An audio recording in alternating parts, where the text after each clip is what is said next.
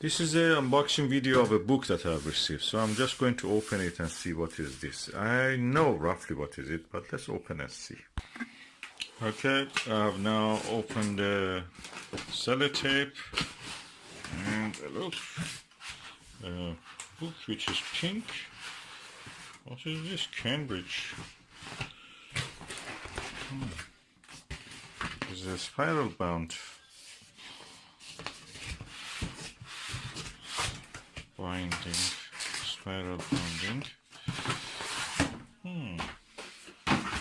The puzzle. Oh, Interstellarium Deep Sky Guide Desk Edition by Ronald Stoyan and Ove Glan. Oh, that's the book I wanted. It's an atlas. I've ordered this is the Deep Sky Guide. The Deep Sky Atlas I've ordered also. The guide, every page of it corresponds to a page in the atlas. So I wanted always to know how the objects look in the sky actually, because the photographs, astrophotographs, really can be misleading. And I wanted to see how they actually looked objects in the sky, and if an observer like me draw a drawing of them, how they will look. So this is a good thing for that. Oh, lovely! Look. Page after page of drawings and actual pictures. Astrophotographs. Oh, I love this thing. That's the oval nebula. Oh. NGC 919474. Oh, M97. Oh, that's lovely. M108. And this is how it looks through the view. The good thing about this book is that it tells you, let me just look at it and just tell you. It tells you how the object will look and what aperture it will show you. So it's not going like this American telescopes and books, 16-inch telescope. There is more 4-inch telescopes, an 8-inch telescope like a normal Meade or Celestron Schmidt-Cassegrain, and then 12-inch telescope. So you can see here the objects which are visible in this 4-inch telescope, the number of the open clusters, for example, is this amount, 8-inch ones is this amount, and visible in 12-inch ones, which is the Skywatcher SkyMax or FlexTube 12-inch or 30p is that. Yeah, 300 millimeter, yeah. So, really good book in that. This is the desk edition. I heard there is a field edition. They were quite expensive compared to this. I paid around £50 for this. The field edition, they say that if you take it to the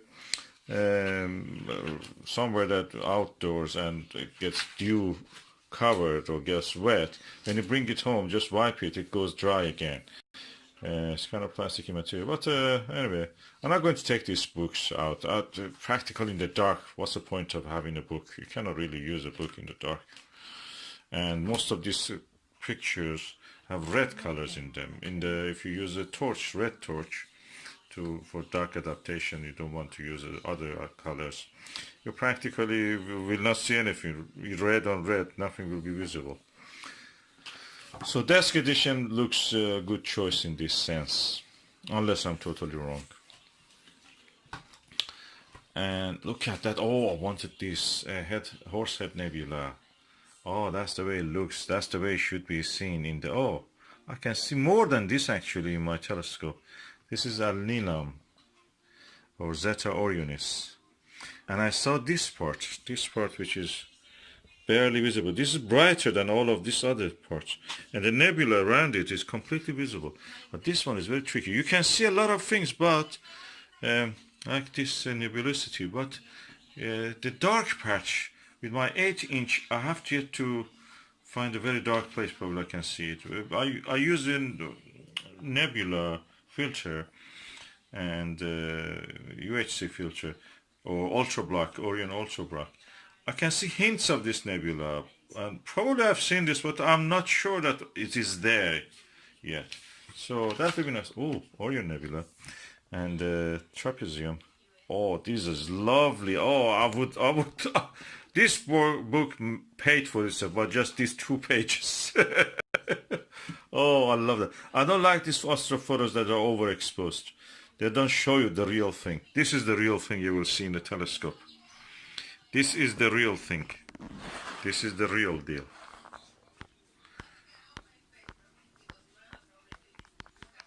Oh, I'm so happy I got this. This is what you will see if you use astrophotograph. Simplest of astrophotograph will show you this part.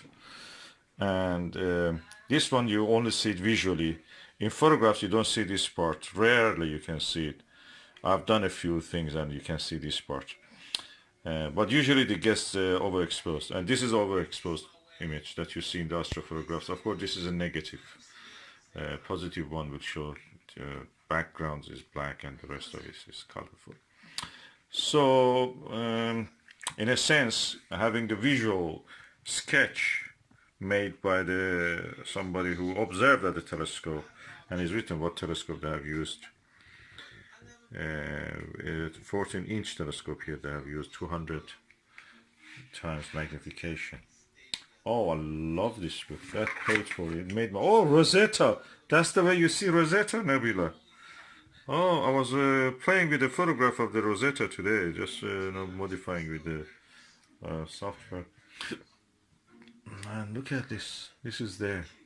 This is what you will see if you use the telescope of the... Oh, that's visible in 16-inch. So I don't think you can see all of that in this 12-inch telescope. Well, anyway, number one, yeah, visible in 4-inch telescope, the brightest stars surrounded by this nebulosity.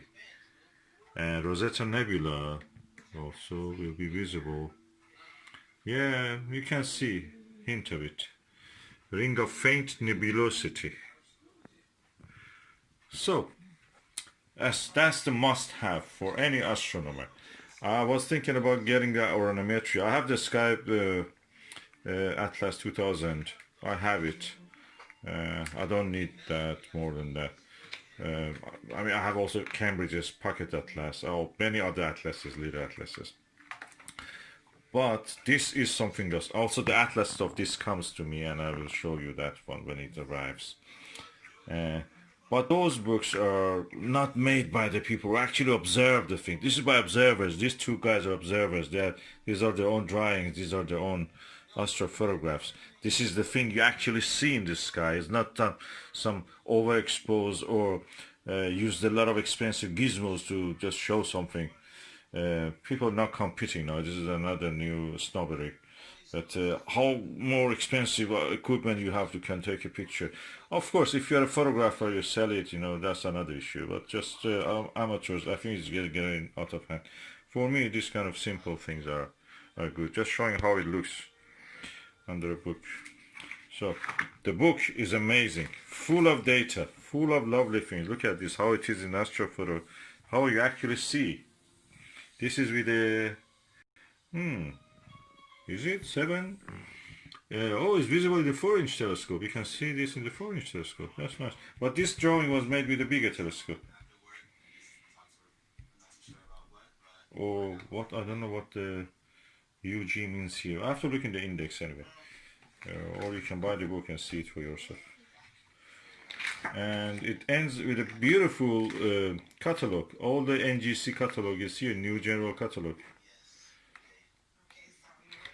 Oh, look at the glue clusters. Oh, I love the way that it says visible in 4-inch, visible in 8-inch, visible in 12-inch, and challenges for big telescopes, for example. Number 5. This is the number 5 challenge for a big telescope. So nice to know. I think that amateur astronomy has really gone well this years. Makes it challenging for everyone because you think that everything is discovered. No, everything is not discovered. Simply because not everybody is yet observing the sky. Not everybody is yet born. There are many things to be discovered yet. Believe me. I know it because I've discovered things. Oh, by the way, I forgot to tell this about the second hand. First hand book of it is £100 or more. So, yeah, damaged is written. So What damage, I don't know, it's just leave it here. Anyway, damage for someone, for me, is a new book, and I can use it. This book is new. I think published 2018 or 19. Yeah, really good, really good. You can check actually the date. Okolon, by the way, is a German publisher. Germans and French have done a lot more than English people on these things. Unfortunately, it seems there are more in England. Yeah, everything is a little bit. People are really not having that. They're atomized. The society in England is really atomized. This is 2018. People are divided. They cannot really have the free time. You know, for creativity, you need free time. You need leisure. It seems in France they have leisure. In Germany they have leisure. They have that job security. Here you don't have these things, unless you're on benefit or something. Which practically, if you're on benefit, you will not be doing much, useful things. There are a few people who want benefit in the YouTube even.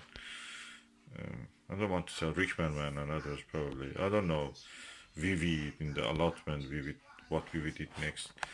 But it's just my guess. I'm not sure about any of this. What I'm saying is that we have lost creativity since we publish a lot, but not much material in this. This kind of encyclopedic works always comes from French, German writers and publishers.